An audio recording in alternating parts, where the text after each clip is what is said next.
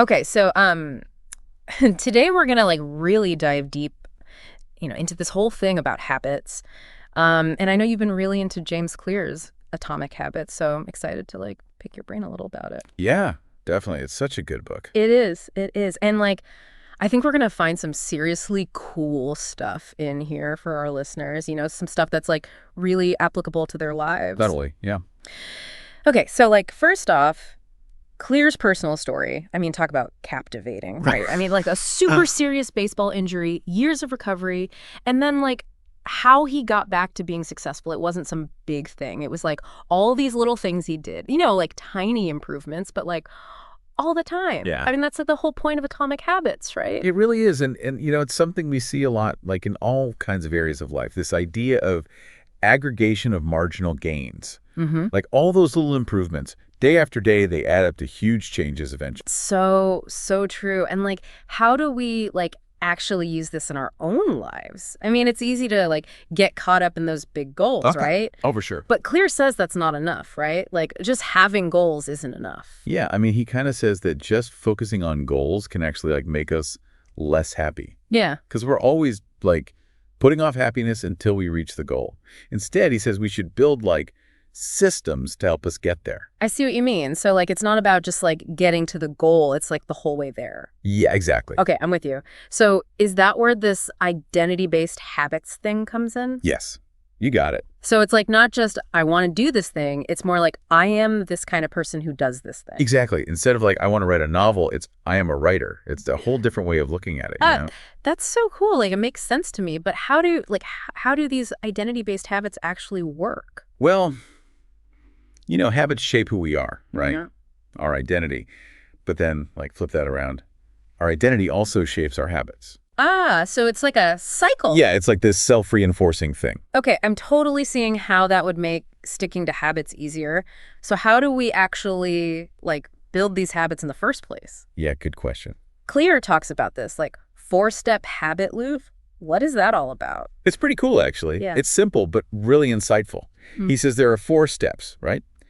Cue, craving, response, and then reward. Okay, so breakdown time, what's a cue? Okay, so a cue is anything that, like, triggers your brain to do something. Mhm. It could be a certain time of day, a place, an emotion you're feeling, even like a sound or smell. Interesting. Yeah, and then there's the craving. Okay, so what's that?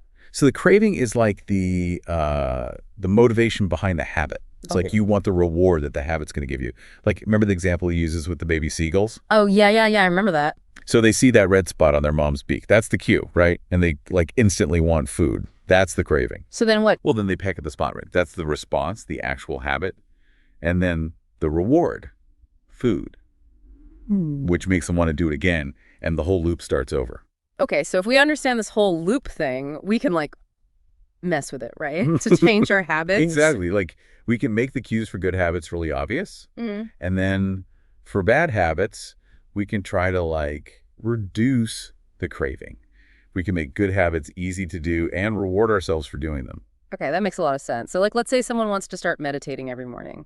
How could they make that cue more obvious? Well, they could like make a special spot for it in their house, lay out their mat or whatever, maybe light a candle, make it like a nice inviting space. Oh, I love that. Yeah, and then when they wake up, it's like right there, Mm, easy to just do it. smart. Okay, what about those cravings for bad habits? How do we like fight those? So that's tricky. A lot of times it's about figuring out what need that bad habit is filling for you.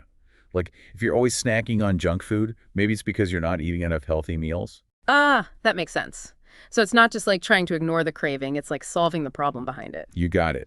Find a healthier way to meet that need. I like that. So Clear talks a lot about how like our environment shapes our habits. It's not just about willpower, it's like setting up your world to help you succeed. Definitely. Like our brains are always picking up on cues around us. If you're surrounded by stuff that triggers bad habits, it's so much harder to resist. But if your environment like encourages good habits, it makes them way easier. So how do we actually do that? Like how do we make our environment work for us? Well, like one thing is to just get rid of temptations. If you're trying to eat healthy, throw out all the junk food in your pantry. If you want to spend less time on social media, delete those apps from your phone. Oh man, that's so real. I'm way more likely to like just scroll and scroll if I have those apps right there. Exactly. And think about your physical space too. Like if you want to read more, keep a book on your nightstand. If you want to cook more, organize your kitchen so it's easy and fun to cook in. I love that. Make it easy to do the good things and harder to do the bad things, right? Exactly. And, even when we have our environment all set up, it still helps to have a little extra push sometimes, Hmm. to keep us on track. Yeah, yeah. So like accountability. Exactly. And Clear tells that wild story about Roger Fisher. Oh yeah, the Harvard professor. Yeah. And his kind of crazy idea about how to prevent nuclear war. The whole like implanting the nuclear launch codes in someone's heart thing. Yes. Like the president would literally have to kill someone to launch a nuke. It's intense. It is, right?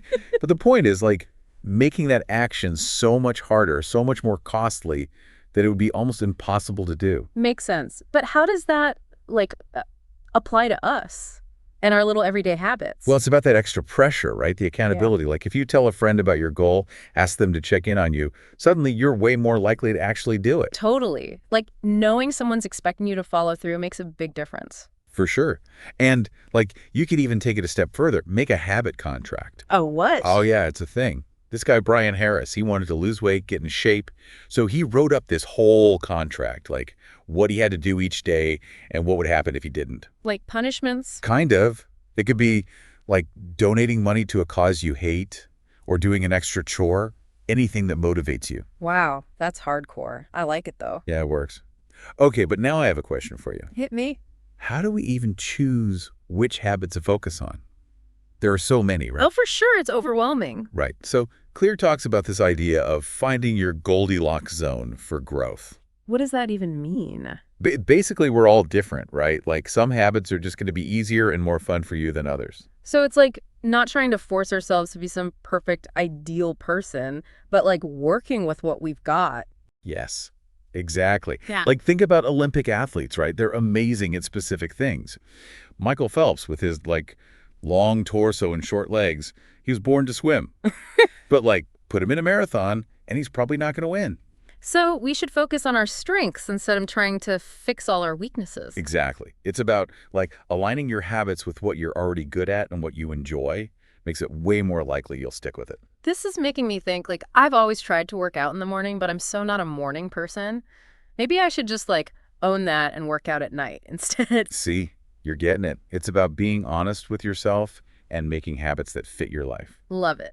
So how do we actually figure out what that Goldilocks zone is for us? Well, it takes some self-reflection, right? Think about what you're naturally drawn to, the things you like doing, even when you're tired or stressed. That's usually a good clue. Yeah, I can see that. It's about working with yourself, not against yourself. Exactly. And then, once you figure out those habits, it's about showing up consistently, Hmm. even when you don't feel like it. That's the hard part. It is. But Clear says, like, the pros stick to the schedule no matter what. It's about discipline. So it's not just about starting the habits, it's about sticking with them, even when it's tough. Yep. And that's where this idea of reflection and refinement comes in. What's that? Well, we shouldn't just, like, blindly do our habits, right? We need to, like, look at them, see if they're working, and maybe tweak them along the way. Okay, so what does that, like, look like in real life? This whole, like, reflecting and refining thing. Well, let's say someone's trying to build a writing habit. Okay. So they could like keep track of their word count every day, Heh. how long they write for, maybe even like how they're feeling before and after. Interesting. Yeah, and then like look at all that data and see what's working. Maybe they realize they write way better in the morning, or like listening to certain music helps them focus. It's like becoming, a scientist of your own habits. I like that, habit scientist. But, sometimes I think, like, in all this optimizing and stuff, we forget something important, What's that? like the fun of it. Yeah. Just enjoying the process, the little wins along the way. Oh, I see what you mean. Yeah, Like getting so caught up in making everything perfect that we forget to actually enjoy it. that's so true. And Clear talks about that too, right? Like finding the satisfaction in the process, not just the outcome. Exactly. Like being happy about just showing up, even if you don't see results right away. Yeah, it's about like celebrating the little things. Yeah. And just enjoying the journey. Totally. Okay, well, this has been awesome. We've covered a lot of ground here. What would you say is like the main thing you hope people take away from this deep dive? I think the biggest thing is like just realizing that building better habits, it's a journey. It's not like a finish line you cross. Oh, yeah. It takes time. It's about those small changes, Yeah. doing them over and over Yeah. and being patient. Patience is key. It is. And remembering that those little things, even if they seem insignificant, they add up. Like they really can make a huge difference in your life. And it's like empowering too, right? Knowing that we can actually change our habits. We're not just stuck with them. Totally. We have way more control than we think. Like if we understand how they work, we can change our environment, our routines, even how we reward ourselves to make it all work for us. Yeah, it's like we have the power to design our lives. Exactly. And remember, there's no right or wrong way to do it. It's about like figuring out what works for you. Try things out, experiment. Awesome. So, to wrap things up, let's leave our listeners with a little something to think about. Think about your habits, the ones that really matter, and then ask yourself, what's one tiny change, just one little thing I can do today that, over time, could make a huge difference? Building better habits, it's something we're all doing together. So be kind to yourself, be patient, and keep trying new things. You got this.